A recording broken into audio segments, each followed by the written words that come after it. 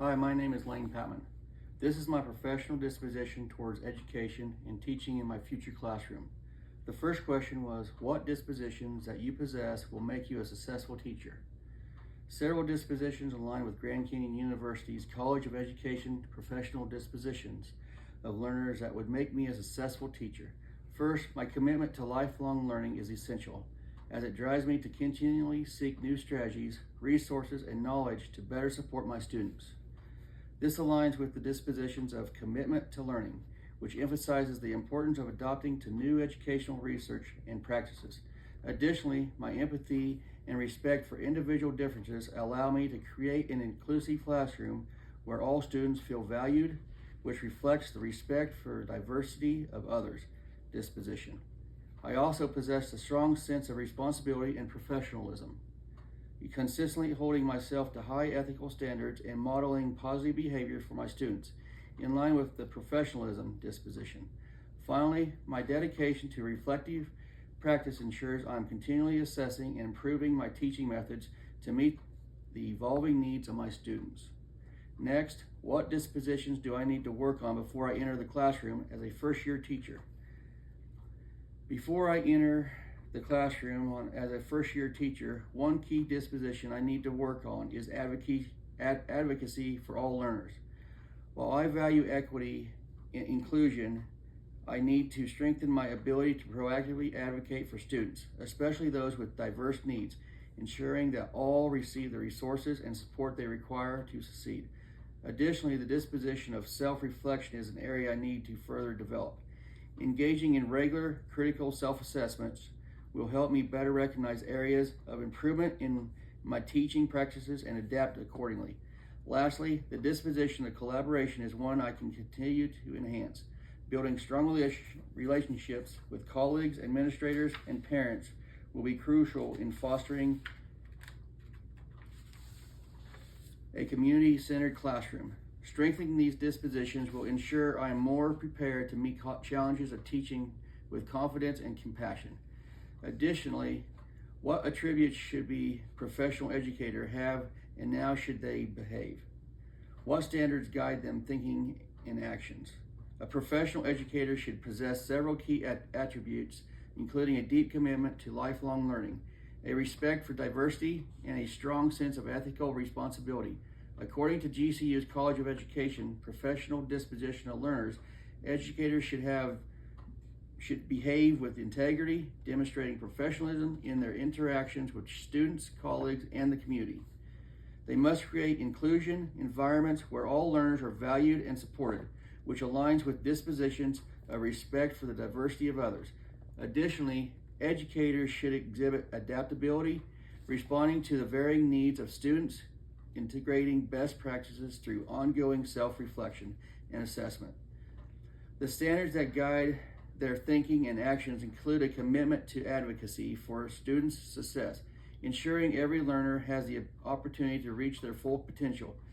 Educators are also guided by the standards of collaboration, working closely with parents, peers, and the broader school community to foster a positive learning environment. Ethical behavior, reflective practice, and learner-centered approach define the core principles of a professional educator.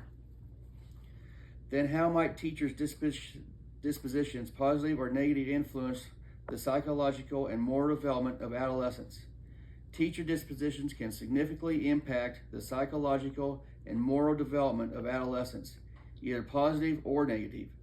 When educators exhibit dispositions such as empathy, respect for diversity, and commitment to learning, they create a safe, supportive environment that nurtures adolescents' self-esteem and emotional well-being. This positive atmosphere encourages students to explore their identity and develop strong moral values as they see these values molded by their teacher. For example, showing advocacy for all learners helps students feel valued and understood, reinforcing their sense of fairness and justice. On the other hand, negative dispositions such as lack of empathy or cultural insensitivity can hinder adolescents' development. If a teacher dismisses or fails to respect students' diverse backgrounds or individual needs, it can lead to feelings of alienation or low self-worth, negative affecting both their psychological and moral growth. Adolescents are highly impressionable, so teachers' behaviors, whether supportive or dismissive, can greatly influence how they perceive themselves and interact with others. Next, how will I uphold the expectations of the profession, including codes of ethics, professional standards of practice, and relevant laws and policies. By upholding the expectations of the teaching profession, including codes of ethics, professional standards of practice, and relevant laws and policies, requires a commitment to integrity, responsibility, and continuous learning. I will adhere to the ethical guidelines set forth by educational bodies, ensuring that I treat all students with respect, fairness, and confidentiality. By actively engaging in ongoing professional development, I will stay current on best practices and legal requirements such as those concerning students' safety, privacy, equitable access to education. Additionally, I will demonstrate professionalism in my relationship with students, colleagues, and the community, modeling the values of honesty, accountability, and collaboration, adhering to relevant laws and policies such as those governing students' rights. Special education needs and anti-discrimination will be central to my practice. Reflecting regularly on my teaching and ethical responsibilities will help ensure that I maintain high standards and foster a positive, inclusive learning environment that supports all learners. Finally, how will I promote healthy moral development with students in my future classroom? To promote healthy moral development in my future classroom, I will first create an inclusive, respectful environment where students feel safe to express themselves and explore their values. By modeling empathy, integrity, and fairness in my own behavior, I will serve as an example of positive moral conduct. I will integrate discussions on ethical dilemmas and real-world issues into lessons, encouraging students to think critically about their choices and the impact of their actions on others. I will also promote moral development through character education by simplicity, teaching values as responsibility, respect, compassion, encouraging students to collaborate, respect diverse perspectives, and engage in community service projects will help them develop a sense of empathy and social responsibility.